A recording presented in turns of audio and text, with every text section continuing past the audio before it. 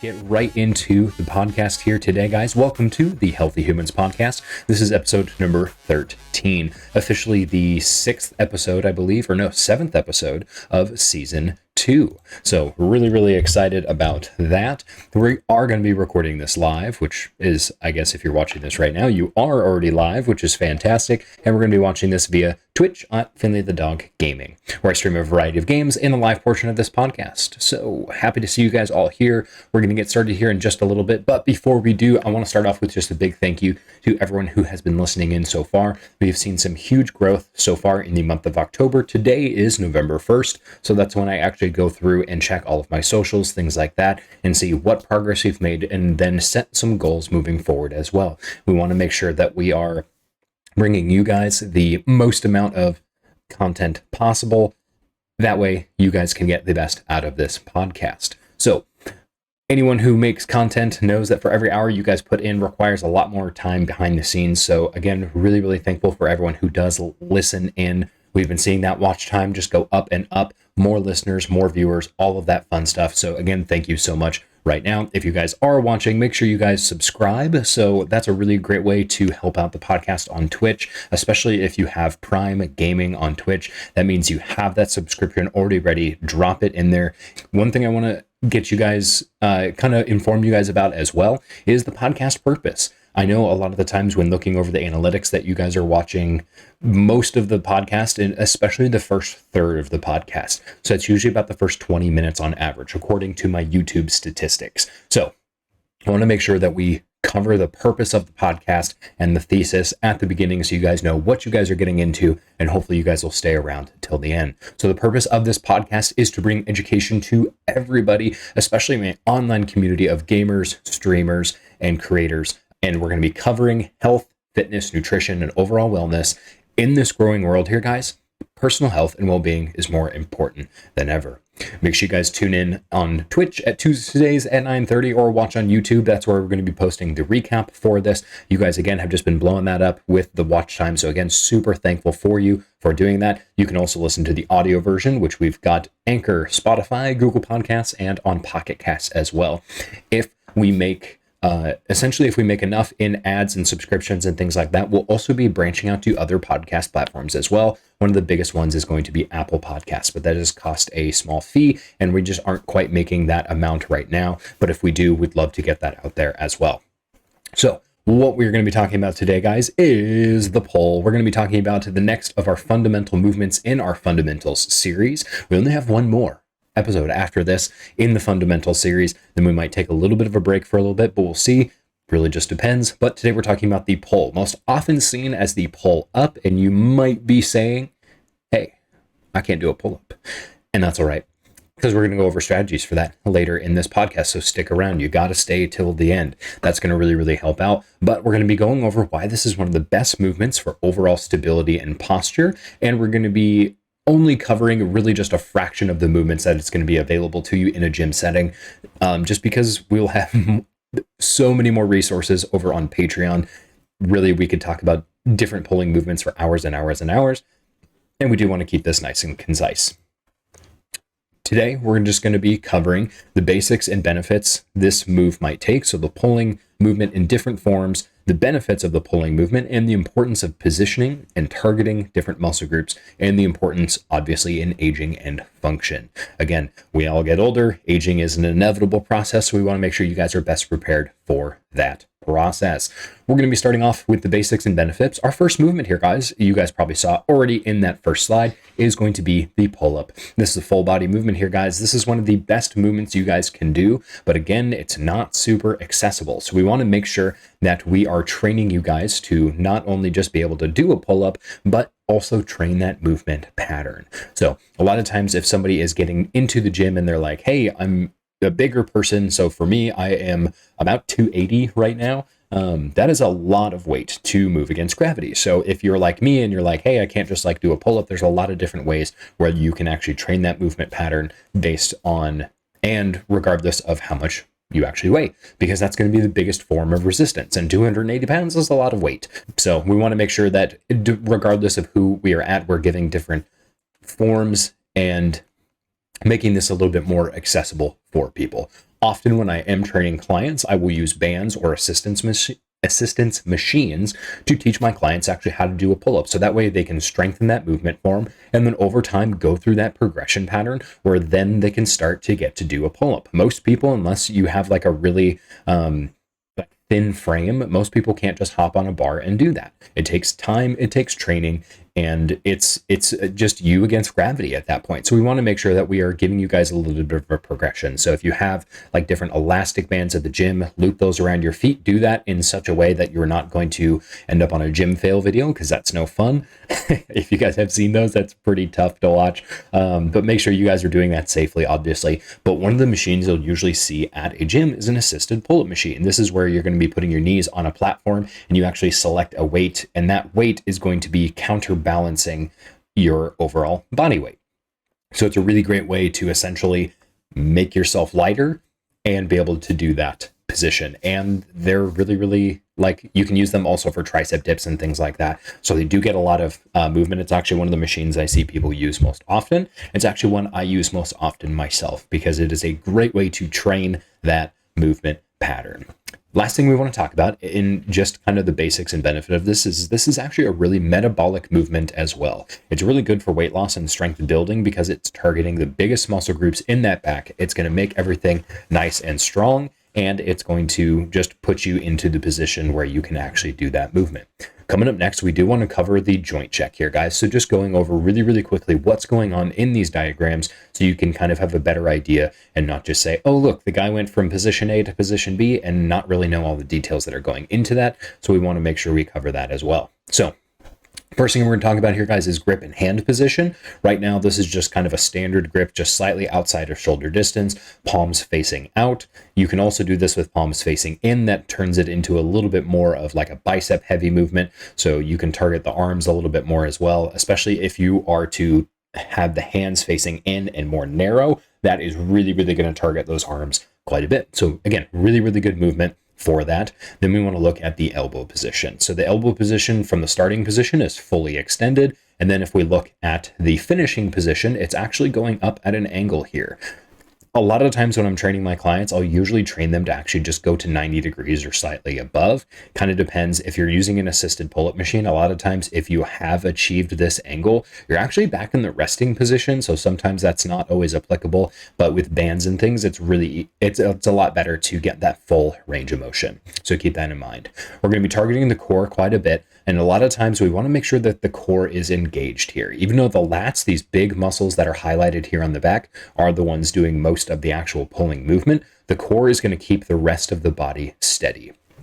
Now, there are different forms of pull-ups you can do, kind of like a muscle up. A muscle up is more of a momentum-based pull-up. It's a great way to train the muscle group, but I think in its entirety, the move is the most pure when the body is stable. And then we're going to be looking at the lower body as well. Really, you just want to make sure that if you are really focusing on that movement, you are basically stabilizing the legs. A lot of times you'll see this crossed position here that really just keeps the legs in a really, really stable position. Hamstrings are doing a little bit more work and keeping those legs from kind of swaying back and forth. And so that's really, really important. And we did already talk about that elbow position already, but really you want to be able to really squeeze those elbows into the side of the body here. That is really, really helpful moving forward. Now, again, if you are not somebody who can do a pull-up, the next movement we're going to be going over is going to be really important for you. And this is something you'll see used in the gym a lot. And this is what we call the lat pull-down or latissimus pull-down. It's referred to as just lat because no one wants to say latissimus because that's a mouthful and nobody likes it. On this diagram over here, guys, you're going to see a lot more muscles activated, mostly just because you can get a little bit more of those rhomboids and those traps involved as well, but it's going to hit mostly the same muscle groups as the pull-up. So this is a really, really good move to use in place of the pull-up because, again, most people can't just hang on a bar and then rep out 10 to 12 reps. That's really, really hard for most people. But this is really beneficial for building strength through that entire range of motion. So instead of bringing yourself to the bar, you're bringing the bar down to yourself. And it's still activating all of those muscles. And it's really good for, again, training that range of motion, especially if somebody can't do a pull-up. That is really, really important. And it's also going to teach all of the proper mechanics as well. a lot of the times that lat activation takes a little bit of time for people to actually build that body awareness and actually know what it feels like. And so you can do that with really, really light weights to start, and you can really, really feel those muscles working, and then you can slowly move up from there. That's going to be really, really important. Now, one thing I do want to note is that this move is not as metabolic as a pull-up. And the reason is, and it might seem simple, but this is usually done as a seated movement, not a standing one or a floating one. Suspended, I should say. You're not floating while you do a pull-up, although some people make it look like that. This isn't as metabolic because you're not using the full weight of gravity. That assistance from having the legs anchored and the hips seated is going to take out a lot of those muscle groups that aren't just acting as stabilizers. So it's going to be a little bit less metabolic, but again, it's much more accessible compared to the pull-up. Now let's do a joint check on this as well. So this one's, again, pretty easy. You can have different bar positions. So in the position we've got on the diagram, this is what we call a wide grip pull-up. It's going to target slightly different muscles. And again, you can shift those hands closer and closer to do different things.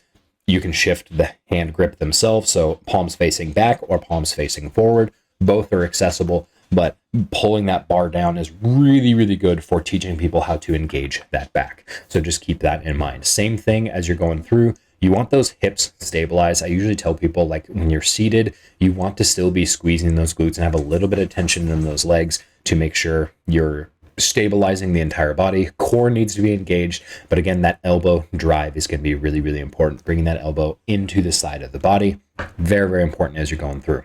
Coming up next here, guys, we're going to be talking about body position and muscle targeting. So a lot of times that elbow position and hand position, when reference to pull-ups and lat pull-downs, are going to be doing much different things. And especially if we're doing something like a standing row, depending on if your elbow is straight out to the side in a mid position, so about 45 degrees out or close to the body, that's actually going to target different muscle groups. So I highly recommend that when you are going through different pulling movements, especially like different types of rows, it's really, really important to use different positions, target all those different groups. It's going to be really, really important to challenging different muscle groups. We want to make sure that we're doing more standing exercises than we are versus sitting. Again, that sounds very simple, but the idea is that when you are standing, you are doing something more metabolically. Now, even something that I'm wanting to apply even in my own practice, even when I'm at home, even when I'm at recording. Right now, I am seated. I'm super excited because actually we're hoping to get to the point where we can get a home office all set up, and I'm really excited to have a standing recording space. I can't tell you how excited I am for that, because then I can move around a little bit easier for you guys, kind of show you guys what's going on, and we can just have a little bit more cohesion and just kind of, I like to practice what I preach, essentially. So that's going to be exciting. But anytime you guys do standing exercises versus sitting exercises, you're automatically more metabolic because the legs are taking an active role in stabilizing the body, and that heart rate has to work a little bit harder because not only does it have to pump the blood down into the legs, but it has to pump it back up as well, which is going to fight more of gravity, which means when you're doing that exercise, that heart rate is going to be working a little bit harder. And the heart is the most important muscle, so we want to make sure it's getting a little bit of work every single time we are training.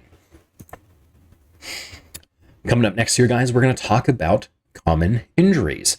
This is something I deal with quite a bit in my day-to-day profession, because that's actually where most of my clientele come from. It's people with pre-existing injuries or different genetic dispositions, whatever it might be. I have an incredible range of clients for different ranges, abilities, injuries, all that fun stuff.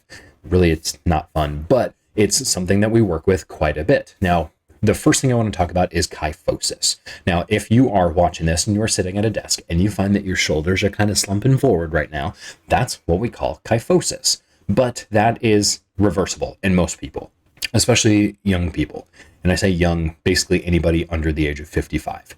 And some of you might instinctively disagree with that, but don't worry about it. We'll go into that at a different podcast. But a lot of times we want to make sure that when somebody says, hey, fix your posture, that's usually the cue where somebody's going to sit up a little bit more straight and they're going to pull their shoulders back, right?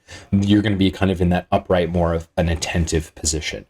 When we do pulling exercises, we are training the spine to stay in this position for a longer amount of time with less effort. If you ever sit in this position for long enough, you will realize, like, oh my gosh, this is hard. This is not easy staying in this position for a long time because we don't practice it, right? So we want to build that muscle stability throughout our pull training to offset that kyphosis. Now, a lot of the times when somebody has a weak back, when that back is constantly slumping forward and it just doesn't have that rigidity that it needs to, this is going to affect mobility quite a bit. It's going to change your range of motion. You're going to have lots of different muscle compensations, even in the hamstrings and the glutes. They might be really, really tight. The hip flexors feel like they're going to be doing too much. And that just happens when we sit so much. So that's going to be something we want to make sure that we are offsetting.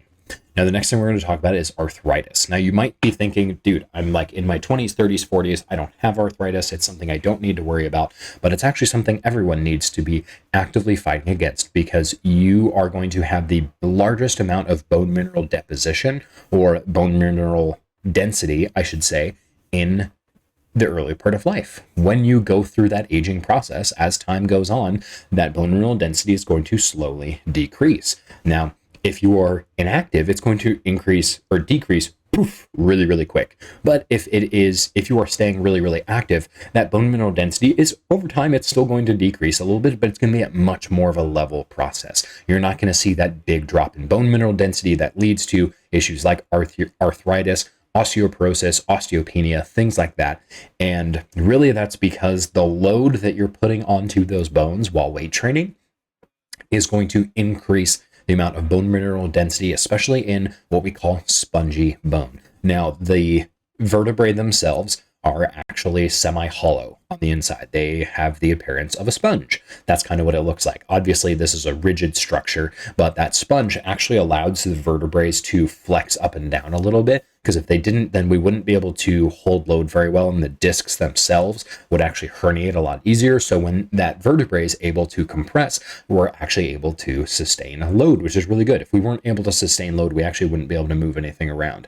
That's why we do squats and deadlifts and things like that. And obviously the pushes and pulls and all the other fundamental movements, is it's applying load to the bones. The more load we put on there safely, the more bone mineral density is going to be applied and stay around. Coming up next, we're going to be talking about disc problems. Now, if you've ever herniated a disc, you know that this is actually a really big problem.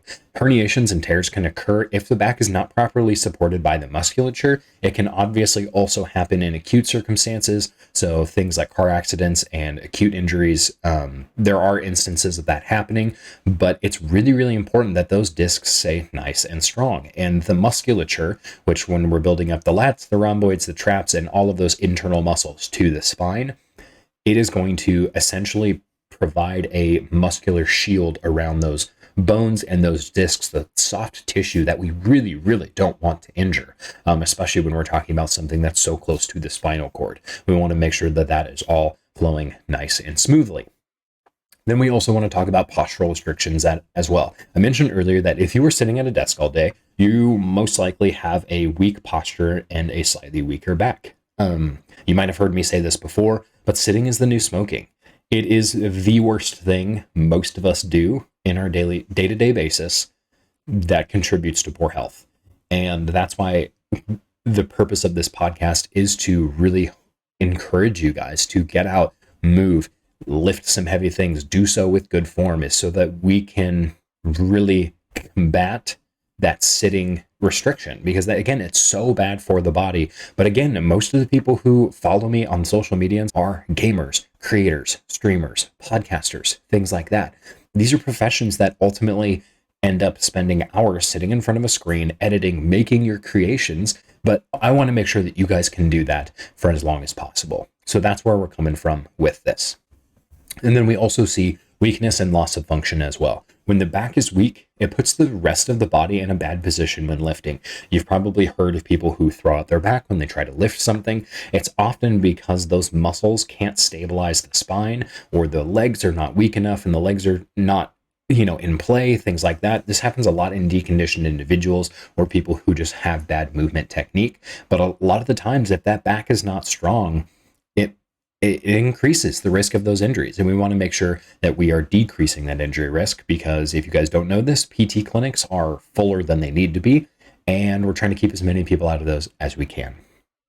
A lot of the times, You're also going to build better balance by having a stronger back as well, which is really important in aging. Balance, having good balance is more positively associated with things like being able to engage in outdoor hobbies, reduce risk of falling, and overall mobility and strength. You have better balance, all of that is going to improve. So we really want to make sure we're doing that. And every single one of these that we covered here, guys, benefits from training.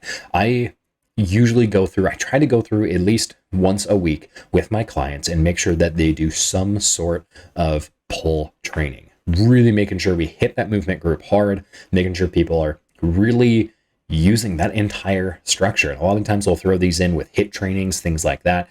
There's a lot of ways to do that here, guys. So if you guys have any questions about that, please throw that in the chat, in the comments. You can email me at healthyhumanspodcast@gmail.com. There's so many different ways of contacting me, and there are like 8 billion people on the planet, and I only get a couple of questions each week. So I know you guys have got questions. Let me know. We do a lot of different, make a lot of different resources on Patreon as well. So make sure you guys are tuning in to that, and we can make sure you guys are having a good time.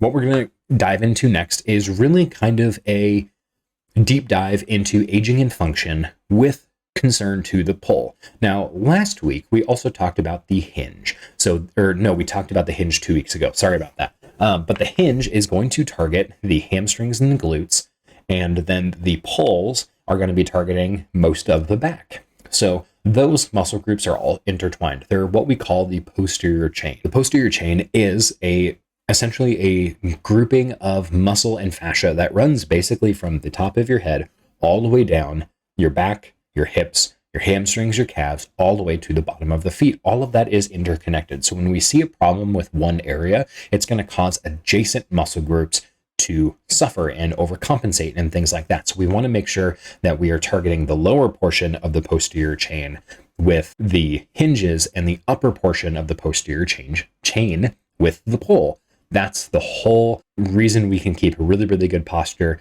as we're going through these movements. So building off my previous point, the back is one of the most important muscle groups of the body as far as posture and aging are concerned.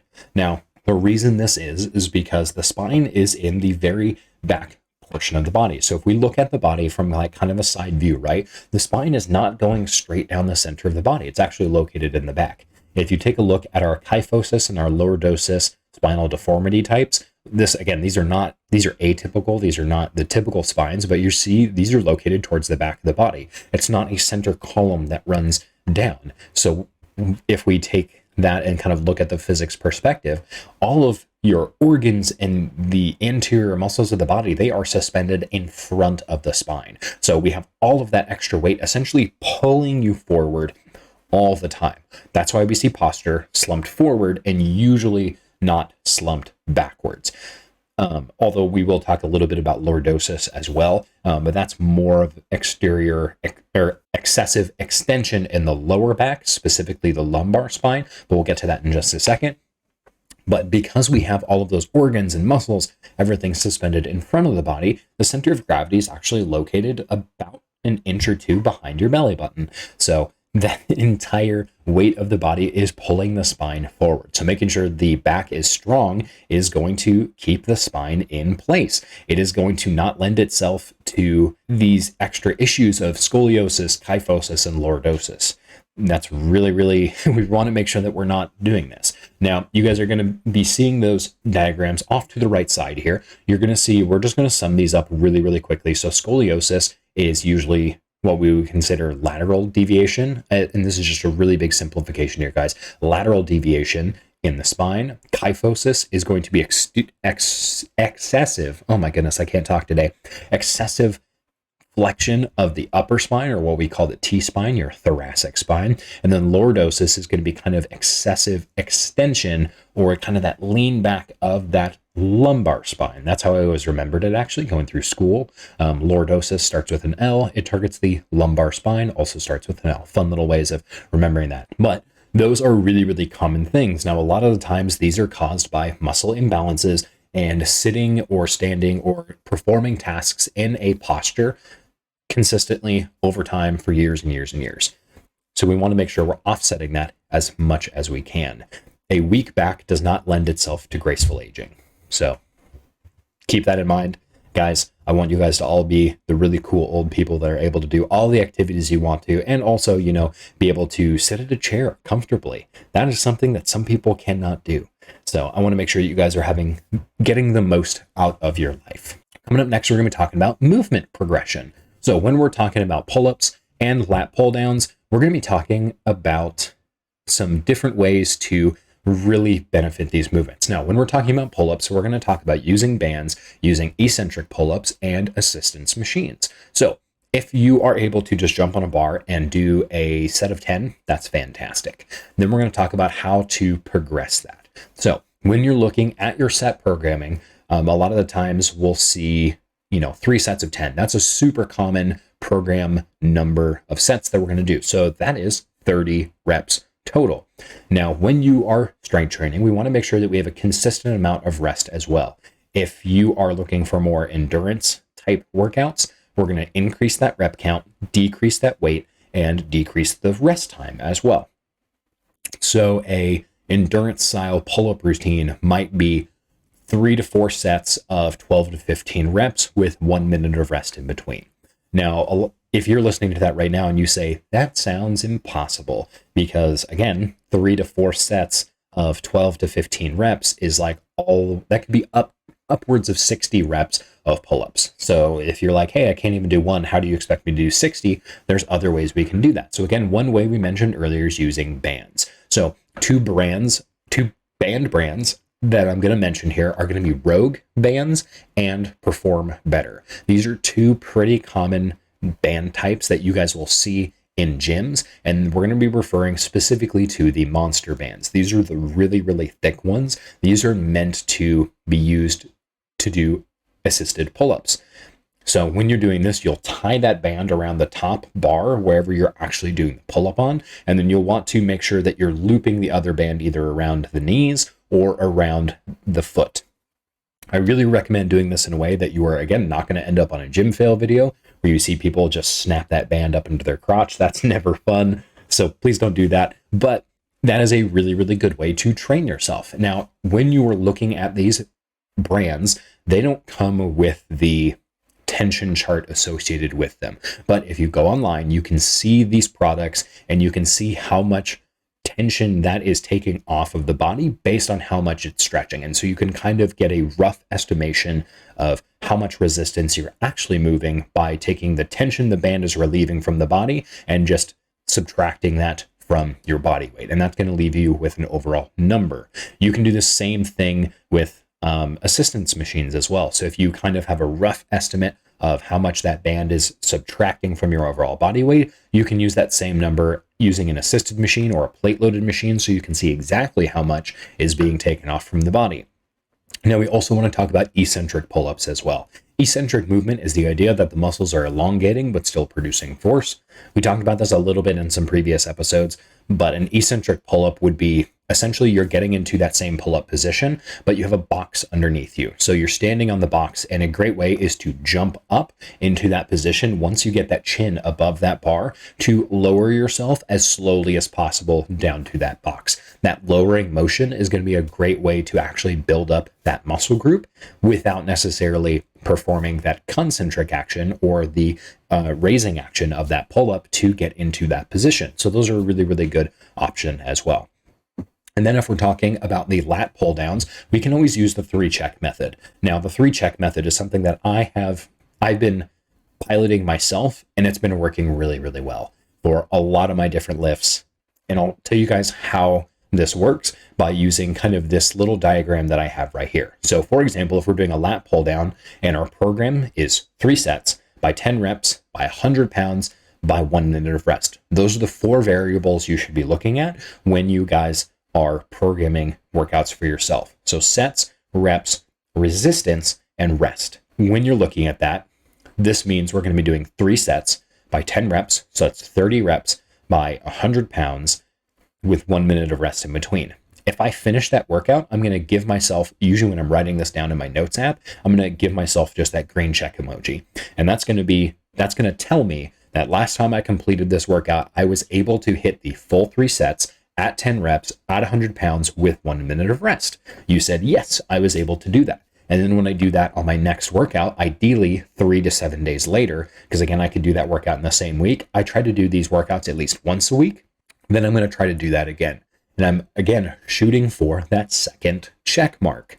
So ideally for me is I usually am looking at a 3-week progression model because I'm trying to do these workouts once per week, right? So check 1 is in week 1, check 2 is in week 2, check 3 is in week 3. Now you might be wondering, hey, Nathan, what happens if I can't get one of these? So instead, I might use just a red X emoji instead. A red X emoji means a couple of different things. And usually I'll take really, really good notes in my rest periods so I know exactly what went wrong or what I needed to do to improve. So say set 1, I got 10 reps.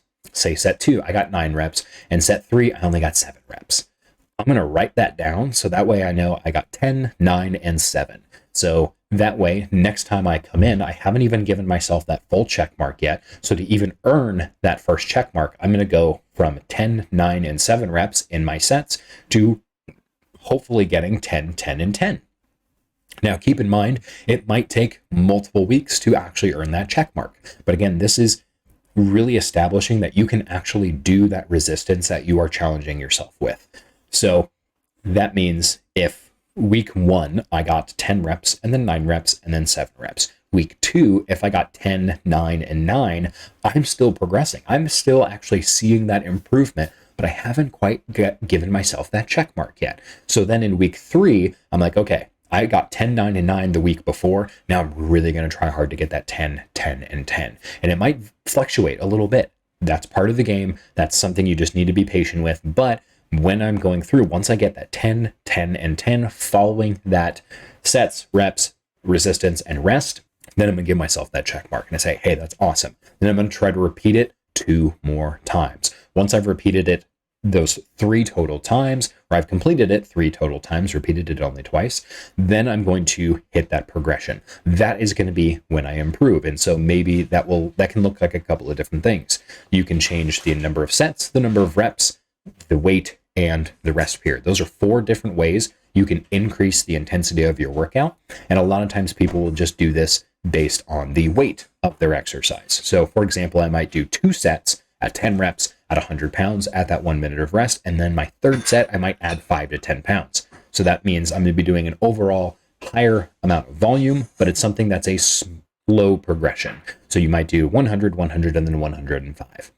There's kind of an infinite number of permutations you can do on this. Not infinite, but there's a lot. So again, you can do an extra set. Maybe you add an extra rep to your sets, or you do that extra weight, or you cut down that rest. Really just depends on what you're trying to train for. There's lots of different ways to improve that. So that's the movement progression that I use for actually all of my different lifts. And it's been working really, really well. I've seen some huge gains over almost all of my lifts this entire year that I've been kind of developing and piloting this system. So really, really excited about that. Once I finish the year, I'm hoping to get some graphs up as well. It takes a little bit of time to actually track all this and graph it, but I'm really hoping to get some of those graphics up there so that I can show you guys kind of what we see with those results. Then we're going to get into workout update here, guys. So this is November 1st, so I always like to tell people new month means new goals. You want to use the previous month before. When you're looking at your goals, you want to reevaluate, reassess, and then re-up, essentially. So when I'm looking at my October goal, which I did make, which was 3,100 points using my heart rate system. Now, I've got my heart rate monitor with me here today. It's my little MyZone MZ3.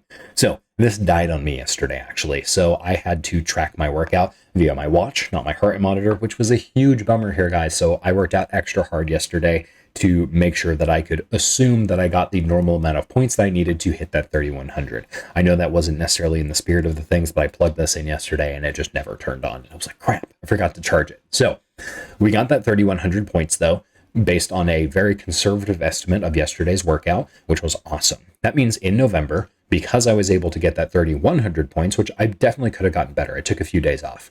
We're going to try to get 3,200 points. So there's going to be 2 different things that is going to make this a little bit harder than last month. November is 1 day shorter. November has more holidays, and we're shooting for a larger point goal as well. So if we were to break this up per day, that's 107 points per day. Now, when we're looking at this for overall like workout days. I usually don't work out on the weekends, like Saturday and Sunday. I just usually don't have time. That's actually when I spend a lot of time writing these episodes when I'm not actually working. So we might actually have to see something a little bit closer to 153 points for if we are to assume 21 workout days during the month of October. And another goal I have is to improve 3 of my lifts using that 3-check system. So the lifts that I've got listed over to the side here, guys, is the squats, deadlift, bench press, pull-ups, hinge row, which we didn't cover today, but that's another great pulling movement. The overhead press, which is just a shoulder press. I abbreviated it because it takes up less space. Power cleans, front squat, static lunge, and bicep curl. Bicep curls are just fun because they're fun. They make your arms look good. So, but most of those are going to be covering all of the different movement patterns that we do. The only movement pattern that's actually not covered in this lift set is carries. That is going to be something that I haven't quite figured out how to quantify in the same amount of volume that I do with the rest of these lifts, because a lot of times carries are based on a set amount of distance as well, like how far I moved that weight from point A to point B, and I just haven't decided what I want my standard unit of distance for that to be to make sure I can start tracking with that, but I'll figure something out. But those are my goals. November, 3,200 points, and then improve 3 lifts using the 3-check system. I'm pretty excited for that here, guys. I think we're going to be able to hit that, considering in October we had a lot of that point where I was earning a lot of those checks on a lot of different lifts and actually improving. So we actually got a lot of red X's on a little different things, because when we do up that weight, it is harder to get that full set in, but we have been seeing a lot of progress. I'm hoping we can actually progress a few of those and move those up next time. Next, I want to get into a viewer question here, guys. So one of our viewers messaged in and basically was giving me just a little bit of a story. So I kind of summed it up here really quick. Question that we got here today was, I'm someone who struggles with losing weight. I don't have the motivation to go to the gym, but want to make it a routine. How do I get to the gym and motivate myself? This is actually something I answer quite a bit, and I work with my clients specifically on this. And we refer to this in the exercise psychology world as exercise adherence. It's how well you stick to your own program. Now, when we are building a program for people, it's all about just getting started. That was the very first episode of the Healthy Humans podcast, was how to get started, because I get this question so much. So I want you guys to view that episode. If you haven't yet, it's actually our most watched episode. So thank you guys for that. Really appreciate it. And it's only available in audio form. I don't have that in video on YouTube yet, but we might do a re-recording eventually to get that up for you guys. But a lot of times it's all about setting yourself up for little goals. Exercise doesn't have to be this like, okay, I need to what I'm at now, and I need to see whatever I need to get to later. I need to make the most amount of progress as quick as possible. Yes and no. Be patient with yourself. Set yourself up for success, not for failure. So if you're somebody who doesn't work out at all, you saying I'm going to make it to the gym 5 times a week for the next year, really, really improbable. It might not happen. So if you are somebody who says, I don't work out, but I want to start working out, go to the gym once a week. That's it. Once per week. Find a set time in your schedule that you can make it almost every single time. Now, again, be a little bit flexible with yourself. So if you're sick, or if you had like a doctor's appointment or something and you can't make it that day, be okay with that. Give yourself a little bit of grace, but find a time in your schedule that you can do that at least one time. So let's just throw out the arbitrary time of Monday at 9 o'clock in the morning. You're like, I'm going to go to the gym at Monday, 9 o'clock in the morning. Do your workout. Doesn't have to be long. Just something really easy. It can be 30 minutes, boom, done, you're out of there. Do that again next week. Do that again the following week. Let's treat our gym routine just like our gym progressions. Do it 3 times. Once you do it 3 times, then I want you to increase one of 2 things. I want you to either increase the time you spent at the gym. So if it's 30 minutes, the next time I want you to go in, maybe go in for 45 or even an hour. Doesn't have to be like several hours in the gym. I know that your guys' time is very valuable. Or increase how many days per week you go in. So you're like, okay, this week I'm going to do Monday and Tuesday, same time, 9 o'clock. Preferably not at 9 o'clock, because hopefully you guys are actually here watching me live at 9:30. But maybe you finish your workout before then. So make sure you guys are doing that. But setting yourself up and increasing your schedule progressively. Now, keep in mind, this is actually going to be really important to do this now. And I'm saying, like, when we're looking at the calendar of the year, do this now. because in 2 months, exactly 2 months from today, because today's November 1st, gyms are going to be packed. Everyone is going to be taking off. The gym attendance is going to decline for the next 8 weeks or so, and then is going to spike up to its highest ever. We just had a global pandemic for 2 years, arguably still going on. We try not to talk about it too much, but people are excited to be going out and doing things again. We just saw so many people trick-or-treating this year because people are allowed to do things in person again. I expect and I predict to see the largest amount of people this January than we have seen in the last 3 to 4 years, because people are so sick of being at home and people want to kickstart their schedules right away. And I say this because January is coming up and I want you guys to start now. So that way, if you are one of those people who are like, hey, I just want to start off once a week, it can be very intimidating when you walk into a gym and it is packed in there at the beginning of the year. Like the gyms are absolutely swamped the whole time. So I want you guys to start now so that when you have a little bit of a routine and you already have that structure built up by the time that even comes around. So I really want you guys to start working out now. If you guys have questions about that, again, please let me know. That'd be super helpful. It's going to be a really good year for a lot of people health-wise. But again, I don't want that January rush to discourage anybody from coming in, but I want you guys to be healthy. So again, let me know if you guys have questions about that. When we finish up here, guys, one of my favorite segments is actually looking at our world map. Now, I made a little bit of an oopsie this week. I forgot to upload last week's episode because and I say forget to upload, I forgot to upload it on our podcast, so everything that wasn't YouTube essentially, because we actually went live on YouTube. Now, the reason we're not going live on YouTube today is because I want to take that time, edit the episode down, take out all my ums and ahs and things like that, give you guys a more concise edit, then put it on YouTube, and then send that concise version to Pocket Casts, Anchor, Spotify, all of those things, Google Podcasts. But one of the things that Anchor gives me is it actually tells me the demographics of the people listening. And one of those demographics is location. So that way we get to update our little world map here, guys. I want to try to get as many of these location icons on here as we can. We have a lot of listeners from the United States, so we're going to go through those here really quick in order of popularity. So from the highest amount of listeners to lowest amount of listeners, actually all the way through, but we'll start in just states of the United States. We have Washington, California, Indiana, Texas, Ohio, Oklahoma, Florida, North Carolina, New Jersey, and Oregon. So my task for you guys here today is, if you guys have a friend in one of those states that was not mentioned here today, share this podcast with a friend. Let's try to get some listeners in Alaska, Hawaii, some of those middle states. Let's try to get the East Coast covered, all that fun stuff. Share it out here, guys. That would help me out super well. Same thing also if you guys have friends internationally as well. So the United States is actually where I'm located. That's pretty obvious, I think, just by the way I talk. And the fact that I'm wearing a Patagonia hat, that's very Washington State for anyone who actually lives here. But we also have international listeners as well. So Belgium, United Kingdom, Sweden, India, Czech Republic, Spain, and Australia. So if you guys have friends that are international, share this podcast with them as well. We'd love to get some listeners in South America. We have 0 listeners in Africa right now. Let's get some more listeners in Asia, the Middle East, in Europe, all of those things, Central America. Let's get our neighbors upstairs. I mean, like, I'm 3 hours away from the Canadian border. Let's get some listeners from there. So if you guys have friends in those locations, please listen in. We'd love to have you guys in and listening. I love adding those little check marks to the podcast.